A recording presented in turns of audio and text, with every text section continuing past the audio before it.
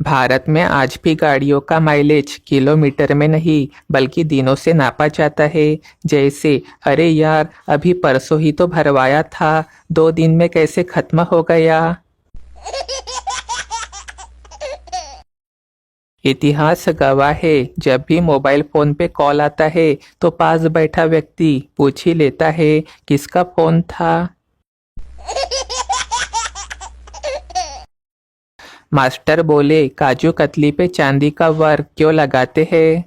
Pappu student बोला sir ये मालूम करने के लिए कि वो उल्टी किधर से है और सीधी किधर से। इसके बाद दे चप्पल दे घूसे। बॉस बोला अरे भाई तू क्यों आज सुबह सुबह 7 बजे ऑफिस आ गया। कर्मचारी बोला सर घर पे पत्नी झगड़ा करके परेशान कर रही थी। बॉस बैठ यार, टाइम तो मेरा भी 10 बजे से ही है। चलती फिरती बातों में जो शब्द पकड़ ले उसे पत्नी कहते हैं, और उस शब्द का सही अर्थ समझाते समझाते जो पागल हो जाए उसे पति कहते हैं। माँ बोली सारे मोहल्ले में तेरे जैसा आलसी कोई नहीं है। बेटा, आसमान में हजारों सितारे होते हैं लेकिन चांद सिर्फ एक। इसके बाद एक उड़ती हुई चप्पल बेटे को पड़ी।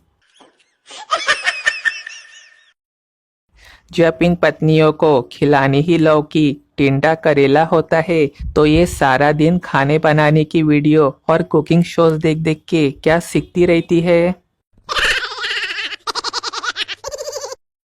फ्री में एक सुझाव, जब कहीं अंग्रेजी गाना चल रहा हो तो मुंडी हिलाते रहना चाहिए। इससे सामने वाले को लगता है कि इसको इंग्लिश समझ में आती है। एक विदेशी ने एक भारतीय छात्र से पूछा कि दुनिया में इतने खेल है फिर भी आप लोगों ने कबड्डी में ही क्यों नाम कमाया है। भारतीय छात्र ने कहा कि कबड्डी में जब कोई अपनी मंजिल पे पहुंचना चाहता है तो सारे लोग उसकी टांग खींचते हैं। हमारे देश के लोग बस इसी में एक्सपर्ट है, इसलिए कबड्डी में हम चैंपियन है। ये सुन वो विदेशी कोमा में चला गया है। एक प्यारा संदेश, जीवन में समय चाहे जैसा भी हो परिवार के साथ रहो। सुख हो तो बढ़ जाता है और दुख हो तो बढ़ जाता है। दोस्तों, चुटकुलों के बीच में एक मजेदार पहेली सवाल का जवाब दे। काला रंग है मेरी शान, सबको मैं देता हूँ ज्ञान, शिक्षक मुझ पे करते काम, नाम बताकर बनो महान। दोस्तों, इसका जवाब कमेंट करके बताएं। जितना गौर से लोग टकराने के बाद एक दूसरे को देखते हैं ना, उतनी गौर से अगर पहले ही देख ले तो टक्कर ही नहीं हो। विचार समाप्त।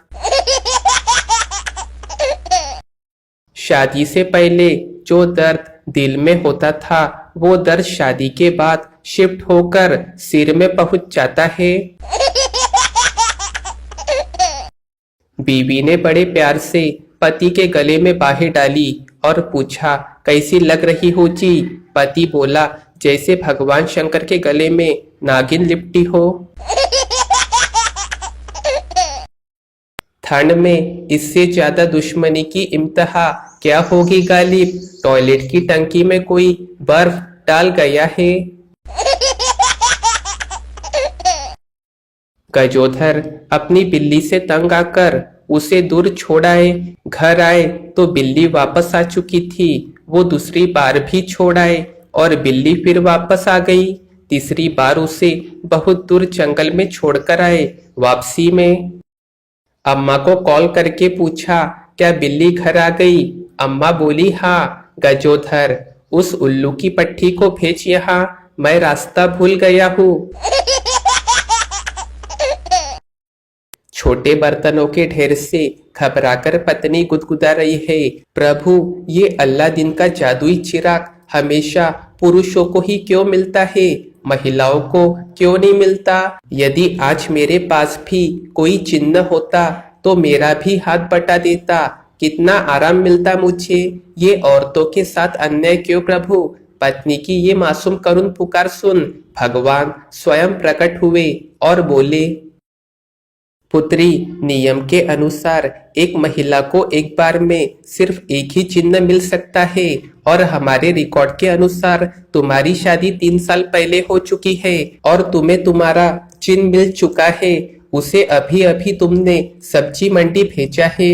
रास्ते में टेलर से तुम्हारे कपड़े लेते हुए किराने दुकान की उधारी चुकाकर वहां से तुम्हारे लिए मेडिकल स्टोर से झंडू बाम जेब में रखकर वो ऑफिस जाएगा और आते आते शाम को तुम्हारे लिए मूंग दाल का हलवा साथ में गरम गरम समोसे कचौरी भी ले आएगा। उसके बाद रात में बर्तन मांजने के बाद तुम्हारे पैर दबाएगा। तुम्हारा जिन यानी पति सारा दिन बिना आराम किए काम करता है और कभी छुट्टी भी नहीं लेता। पुत्री, तुम्हारा जिन भले ही 1G स्पीड वाला हो मगर उस चिराग वाले जिन्न से ज्यादा टिकाऊ और सहनशील है, इसलिए तुम धैर्य रखो और इसी चिन्ह से अपना काम चलाओ। तथास्तु। एक सच बात, रेस चाहे गाड़ियों की हो या जिंदगी की, जीतते वही लोग हैं जो सही समय पर गियर बदलते हैं। टैक्सी में बैठ के जाते वक्त रास्ते में ड्राइवर से भैया कितना कमा लेते हो ये नहीं पूछा तो आप एक सच्चे भारतीय नहीं है। एक भाई साहब बता रहे थे कि वह पिछले 15 सालों से गीता के उपदेश सुनते आ रहे हैं। बाद में पता चला कि उनकी पत्नी का नाम ही गीता है। सुबह चंपक जी ने पत्नी से बोला कि पति पत्नी का रिश्ता रोटी और सब्जी के जैसे होता है। पत्नी ने भी सोचा चलो सही कह रहे यार। फिर पत्नी को याद आया अरे रोटी के साथ तो 2-3 और सब्जी होती ही है। तब से चंपक जी फरार है। आजकल स्कूल की ड्रेस के चक्कर में लड़ाई हो रही है और एक हम थे जो बारात में भी स्कूल की ड्रेस पहन के चले जाते थे। स्टेशन पे ढेर सारा सामान लिए एक औरत खड़ी इधर उधर देख रही थी। कुली, मैडम जी कुली चाहिए। औरत ने बड़े ही विनम्र स्वर में कहा नहीं भैया मेरे पति आने वाले हैं। कुली बेहोश हो गया। किसी गांव में 2 सहेलियां 12वीं की परीक्षा देने जा रही थी और आपस में बातें कर रही थी। मीना, टीना तू तो बिल्कुल भी पढ़ाई नहीं करती है, पास कैसे होगी यार। टीना, अरे छोड़ना यार, पास हो गई तो फिर 13वीं 14वीं 15वीं ग्रेजुएशन की परीक्षा दो और फिर मिलेगा वही नौकरी वाला पति। मीना, बढ़िया तो है। टीना, क्या बढ़िया है, 10-12 घंटों की नौकरी और तनख्वाह 20-25 हजार। फिर बेंगलुरु, मुंबई, गुड़गांव, चेन्नई जैसे बड़े बड़े शहरों में रहने जाओ। वहां किराए का घर होगा जिसमें आधी तनख्वाह चली जाएंगी। खुद का घर चाहिए तो लोन लेके 10-12 मंजिल ऊपर घर लो और एक गुफा जैसे घर में रहो। लोन चुकाने में 15-20 साल तो लगेंगे ना। ना त्योहारों में छुट्टी ना गर्मी में, सदा बीमारी का घर बना रहेगा। स्वस्थ रहना हो तो ऑर्गेनिक नाम पे 4-5 गुना कीमत लुटा के सामान खरीदो और उसके बाद बाकी तू सारा जोड़ घटाओ गुना भाग कर ले। तेरी समझ में खुद ही आ जाएगा खर्चा। दूसरी तरफ अगर मैं परीक्षा में फेल हो गई तो पिता किसी अच्छी खेती करने वाले किसान से शादी कर देंगे। पैसे कम ज्यादा तो होगे लेकिन सारे अपने होगे। कोई टैक्स का लफड़ा नहीं रहेगा। कम रेट की बिजली पानी सारा कुछ ऑर्गेनिक और नेचुरल उगाएंगे। खुद की भैंस का दूध पिएंगे। बीमारी की कोई चिंता ही नहीं। और बड़ी बात की सास ससुर पति बच्चे सब परिवार 24 घंटे साथ रहेंगे। और सबसे बड़ी बात, सारी सरकारें हमारे वोटों के चक्कर में हर इलेक्शन से पहले हमारा सारा लोन माफ कर देंगे। और उस लोन को चुकाएगा कौन? वही नौकरी वाला तुम्हारा पति। समाज के लिए एक बैल। मीना बोली यार तूने तो मेरी आंखें खोल दी। सोचती हूँ मैं भी अब फेल ही हो जाऊं। दोस्तों, चुटकुलों के बीच में एक मजेदार पहेली बताए। पढ़ने में लिखने में दोनों में ही मैं आता काम। कलम नहीं कागज नहीं, बताओ क्या है मेरा नाम। चलो दिमाग लगाओ और कमेंट करके बताओ। एक सच बात, अच्छा बातें करने वाला हर इंसान अच्छा नहीं होता है, लेकिन अच्छी नीयत और अच्छी सोच रखने वाला हर इंसान अच्छा होता है। पति पत्नी की लड़ाई हो रही थी। पति बोला चुप रहो। पत्नी तुम चुप रहो। पर लड़ाई फिर भी होती रही। पत्नी बोली मैं तुम्हारे साथ नहीं रहना चाहती। पति बोला खबरदार, अगर लड़ाई झगड़े के बीच में कोई खुशी वाली बात की तो। जिंदगी एक बार ही सही, लेकिन ऐसे शख्स से जरूर मिलाती है जो तुम्हारी अच्छी खासी जिंदगी का पूरा सत्यानाश कर देता है। पत्नी बोली चलिए बाहर खाना खाकर आए। पति बोला क्यों? पत्नी बोली हफ्ते में एक दिन तो मेरा भी मन करता है कि आपको कुछ अच्छा खिलाऊं। गांव के एक स्कूल के दीवार पे लिखा था विद्याधनम सर्वधनम प्रधानम। गांव के प्रधान जी ने बहुत भावुक होके इसका अर्थ बताया कि विद्या के लिए आया सारा धन प्रधान के लिए होता है। यमराज मनुष्य से बोले मैं तुम्हारे लिए आया हूँ। मनुष्य बोला मैं तो अभी स्वस्थ हूँ और मेरी उम्र भी नहीं हुई है आपके साथ जाने की। यमराज बोले तुम अपना फोन बिना लॉक किए ही घर में छोड़ आए हो जो तुम्हारे पत्नी के हाथ लग गया है। मनुष्य बोला मैं भैंसे पे आगे बैठूंगा।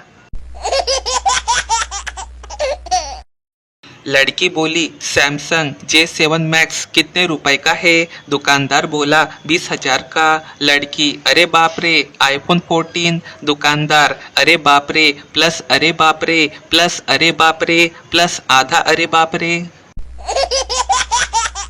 निगाहें आज भी ढूंढ रही है उस महान इंसान को जिसने बरसों पहले कहा था इंटरनेट का आविष्कार लोगों का समय बचाएगा। लड़की वालों ने मुझसे पूछा कि तुमको दहेज में क्या चाहिए? मैंने भी बोल दिया लड़की का फोन और उसका पुराना सिम कार्ड। रिश्ता कैंसिल हो गया भाई साहब। आम बेच रहे एक ठेले वाले से एक लड़की ने पूछा इन्हें केमिकल से तो नहीं पकाया है ना? ठेले वाला बोला नहीं बहन, इनको दो औरतों के पास रख दिया था, उनकी बातें सुन सुन के खुद ही पक गए हैं। पति बोला तुम इतनी सुंदर हो फिर भी मुझे क्यों पसंद किया? पत्नी बोली पसंद जैसी कोई बात नहीं जी, एक बार मैंने आपको तब देखा जब आपकी मम्मी जोर जोर से डांटते हुए आपको गालियां दे रही थी और आप चुपचाप सर झुकाए हुए खड़े थे। बस तभी से सोच लिया था कि शादी करूंगी तो इसी लड़के से। लड़का बोला बाबा इंजीनियर हूँ, नौकरी नहीं लग रही है, उपाय बताइए। साधु बोला कौन सी ब्रांच है बेटा? लड़का बोला इलेक्ट्रिकल। साधु फिर मुझे नहीं पता, मेरी मैकेनिकल थी। एक कड़वा सच, जीवन में तूफान आने भी जरूरी है क्योंकि तभी पता चलता है कि कौन हाथ पकड़ता है कौन हाथ छोड़ देता है। आप खुद को कितना भी बड़ा आशिक समझ लो साहब, लेकिन सबसे ज़्यादा दर्द भरे गाने ऑटो वालों के पास ही होते हैं। भारतीय भाई बहन की लड़ाई, 15% मुक्के, 15% बाल खींचना, 70% बता दूं मम्मी को उस दिन तूने क्या किया था। एक भारतीय सब कुछ सहन कर सकता है, लेकिन घर पे उल्टी चप्पल, एक बार सर टकराना और खाली कैंची चलाना नहीं सहन कर सकता। एक नए शोध से पता चला है कि मोहब्बत कभी नहीं मरती, कभी एक्स बन के तो कभी नेक्स्ट बनकर चलती है। मुझे आज तक ये बात समझ नहीं आई, प्यार में जीने मरने की कसम खाने के बाद जब घर वाले नहीं मानते फिर अरेंज मैरिज करवा देते हैं तो 2 हफ्ते में ही best hubby in the world कैसे हो जाता है। आदमी मुसाफिर है, आता है जाता है, जिस दिन टिकट नहीं लेता उसी दिन पकड़ा जाता है। पत्नी बोली, सुना है कि जन्नत में पति के साथ पत्नी को नहीं रहने देते। पति बोला, बिल्कुल सही सुना आपने। पत्नी, ऐसा क्यों? पति, अरे पगली, इसलिए तो उसे जन्नत कहते हैं। एक वकील साहब पैसे निकालने एटीएम गए तो एटीएम खराब था। चेकबुक उनके पास थी तो बैंक चले गए। उन्होंने 1,000 का चेक भर के कैशियर को दिया तो कैशियर बोला, सर 5,000 से कम पे चार्ज लगेगा। वकील साहब ने दूसरा चेक 6,000 रुपए का भरा तो कैशियर ने 6,000 उन्हें दे दिए। अब वकील साहब ने 1,000 जेब में रखे और 5,000 की जमा की पर्ची भर के कैशियर को थमा दी। अब कैशियर गुस्से भरी नजरों से वकील साहब को घूर रहा था। वकील साहब बोले, ये जो नियम बनाने वाले हैं ना, उनको बोल देना वकील साहब आए थे, कैशियर बेहोश। एक कड़वा सच, जिंदगी 2 दिन की है, एक दिन आपके हक में, एक दिन आपके खिलाफ। जिस दिन हक में हो गुरूर मत करना और जिस दिन खिलाफ हो थोड़ा सा सब्र जरूर करना। दोस्तों, इंसान को परखना हो तो बस इतना कह दो कि मैं तकलीफ में हूँ, पता चल जाएगा आपको।